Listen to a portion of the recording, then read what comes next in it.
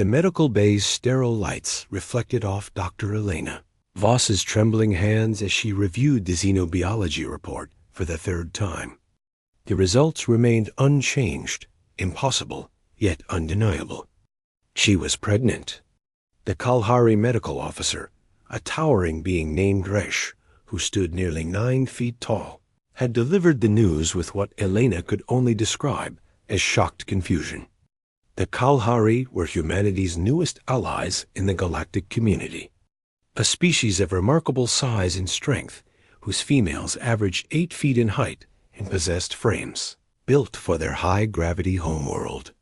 Elena, at 5 feet 4 inches, had been deemed genetically incompatible with Kalahari males, according to every xenobiology database in known space.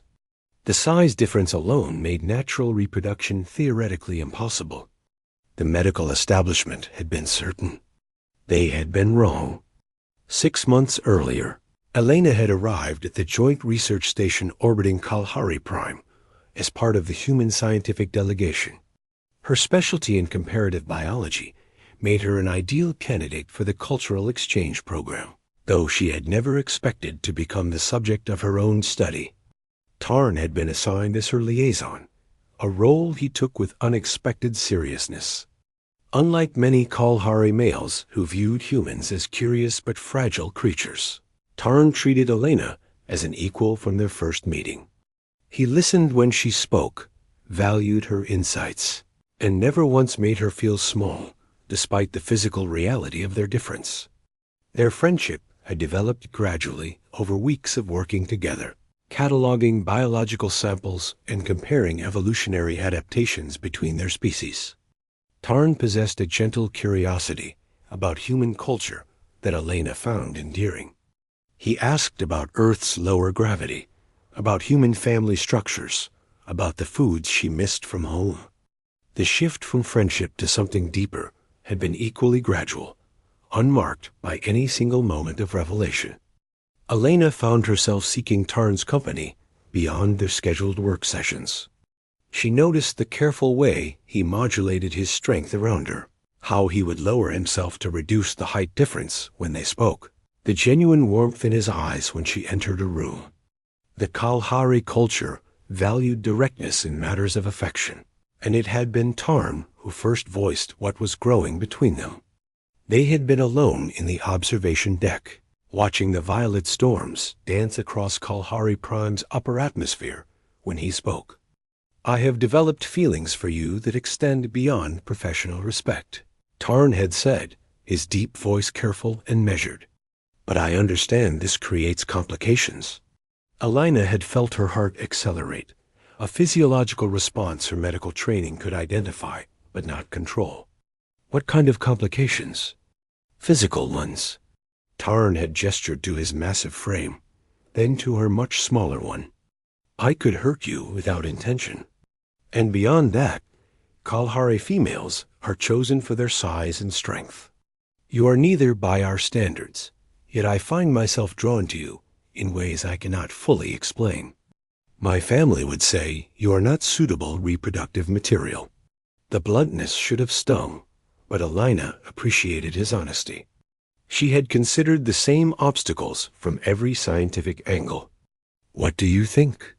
she had asked. "I think worth is not measured in height or physical strength," Tarn replied. "I think intelligence, kindness, and spirit matter more than the metrics my culture traditionally values. I think you are extraordinary, Elena Voss, and I would like to pursue this connection if you are willing to navigate the challenges with me." She had been willing. Their relationship developed with cautious care over the following months. Tarn was endlessly patient, learning the limits of human physiology, discovering what brought Elena pleasure without causing harm. The physical intimacy they shared required communication, creativity, and trust in quantities that few relationships demanded.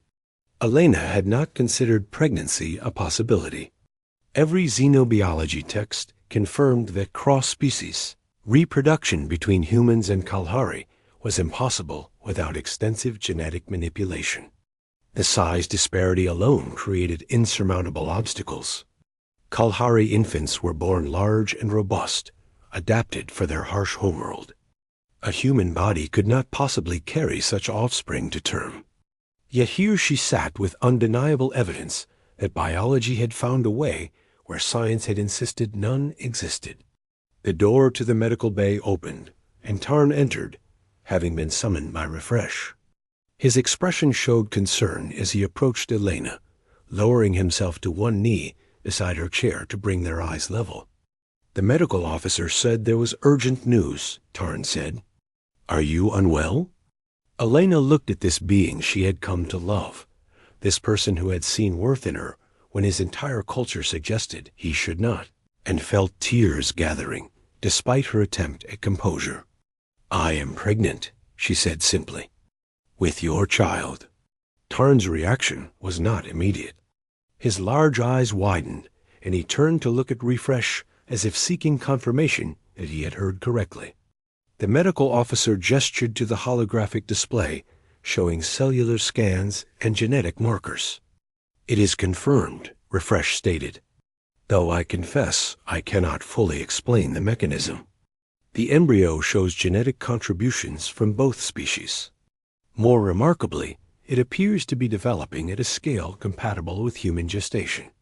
The offspring will likely be larger than a typical human infant, but nowhere near standard Kalhari proportions. Tarn turned back to Elena, and she watched emotions play across his features with unusual transparency. Shock gave way to wonder, then concern. Is this dangerous for you? He asked, his large hand hovering near hers, but not touching, as if afraid she had become suddenly more fragile. Unknown, Elena admitted. Refresh wants to monitor me closely. There are risks with any pregnancy, and this situation has no precedent. But the initial scans suggest the embryo is adapting to my body's constraints rather than following typical Kalhari development patterns. Life finds unexpected paths, Refresh observed. Your species' evolutionary flexibility, combined with Kalhari genetic robustness, appears to have created something new. The embryo is neither fully human nor fully Kalhari, but a genuine hybrid expressing traits from both lineages. Tarn finally took Elena's hand, his enormous fingers cradling hers with practiced gentleness. What do you want? He asked.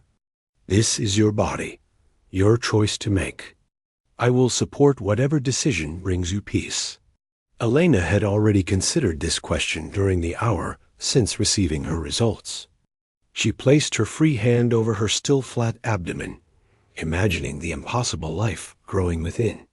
I want to try, she said. I am afraid, and I know there will be complications we cannot foresee. But I want this child, Tarn, our child. Something shifted in Tarn's expression, a depth of emotion that needed no translation across species barriers. He raised Elena's hand to his face, pressing it gently against his cheek, in a gesture of Kalhari affection she had learned meant profound gratitude and love. Then we will face the unknown together, he said. The months that followed tested both their resolve and their bond. Elena's pregnancy progressed unlike any documented in either species' medical literature. The hybrid child grew steadily, but remained within parameters her body could accommodate. Complications arose, as Refresh had predicted, requiring careful monitoring and intervention. But there were unexpected benefits as well. The child appeared to have inherited robust healing factors from its Kalhari heritage, strengthening Elena's body in subtle ways. Her bone density increased to support the additional weight. Her cardiovascular system adapted with unusual efficiency. It was as if the embryo was engineering compatibility from within, rewriting the biological rules that should have made its existence impossible.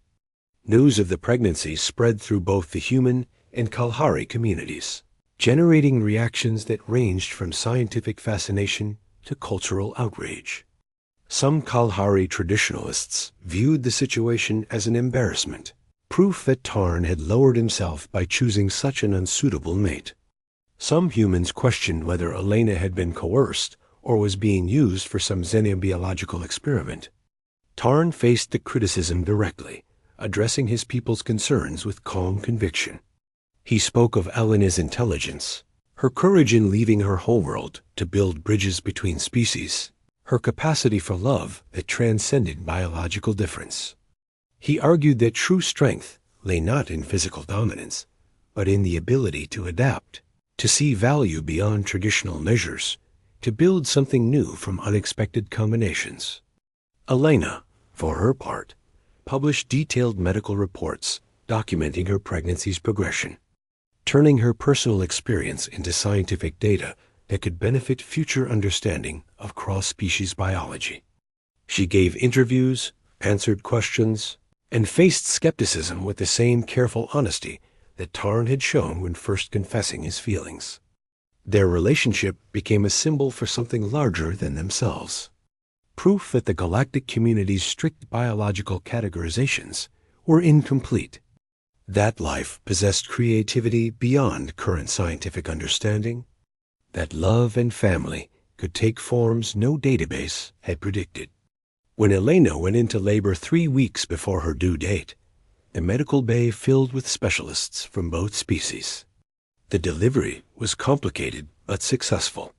The child emerged healthy and crying with vigorous strength, a daughter who measured LAR.